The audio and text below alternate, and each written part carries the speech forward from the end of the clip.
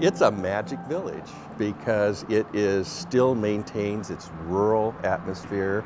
I mean, you've been here a few hours, you're probably more relaxed now than when you got in. And so that really is Corrales. You see, I mean, you can see the beautiful trees, you see the farmland, but you also see mom and pop shops. Here, we're right here by the beautiful Sandia. And and that really is what Corrales is. That's what we want to preserve. And yeah, I have friends who say they drive through Corrales on their way to work just because after they drive through, they're so much relaxed, more relaxed than when they come back from work, they like to come through here. So there's just a nice energy here. We have an immigrant history here. I mean, my family came here 400 years ago. My ninth great grandfather founded Corrales. And then, there were already Native American peoples here. And then, when we became a Mexican nation, then, those peoples. Then after that, after the frontier days, we have people from all over the world. So that is our culture. We're not a monolithic culture. And so we need to recognize that and celebrate it. Well, workers are harder to find. I've always used Mexican workers. They're extremely hardworking people, very honest and loyal, and it's hard for me to replace them with Americans because Americans have a different kind of work ethic. I have a lot of people come to my UPIC events in my farm and tell me, you should hire American high school kids. And I tell them, bring them over. And they'll be gone by lunchtime. Now, I'm not trying to put down American kids, but they have a different work ethic. And I need hard workers. I always start them at $9 an hour. And they go up from there. And I'm willing to pay anybody that works hard. But I need to be able to depend on people. There was a group of Corraleños, citizens here, who were concerned about, shall we say, the new energy because of our new administration and some things that they felt were very unfair towards immigrants in general and some of the demonizing of immigrants. And so they formed a group, and their intent was to have a resolution to declare us an immigrant-friendly city.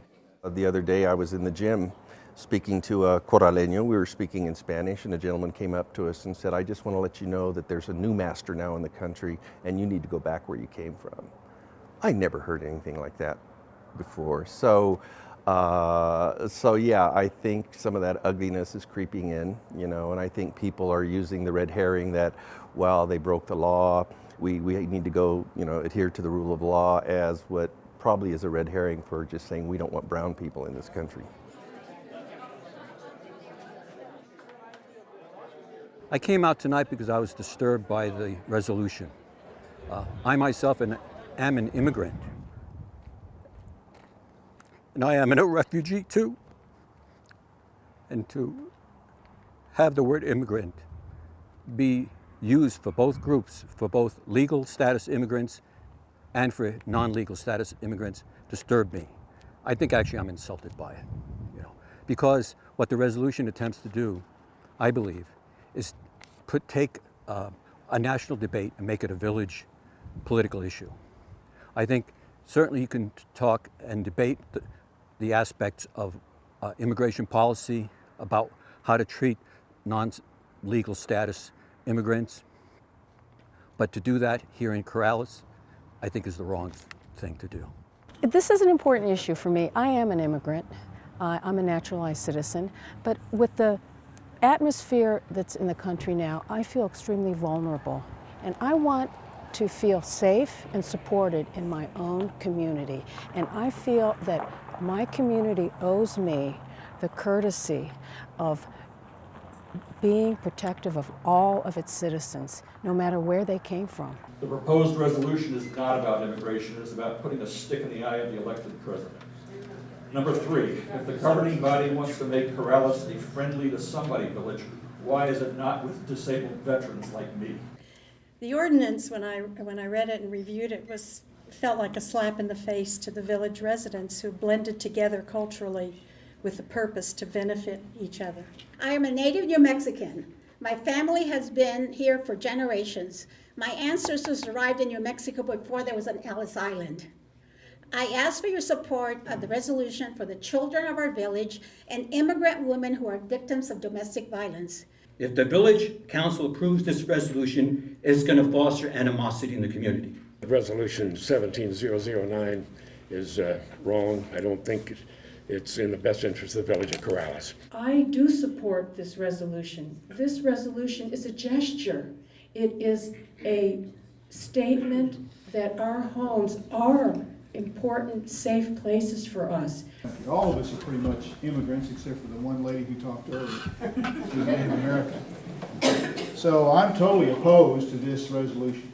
One can do a memorial via a resolution, but one cannot severely task the village budget nor make law via a resolution. I think in a resolution that's supposed to provide unity and acceptance of all people, which is, I think, with the intent of all of us if we're living in peace and harmony,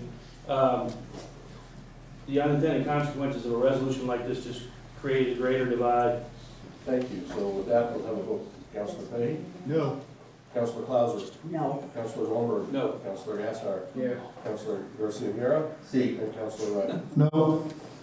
All right, resolution 17-009 is defeated.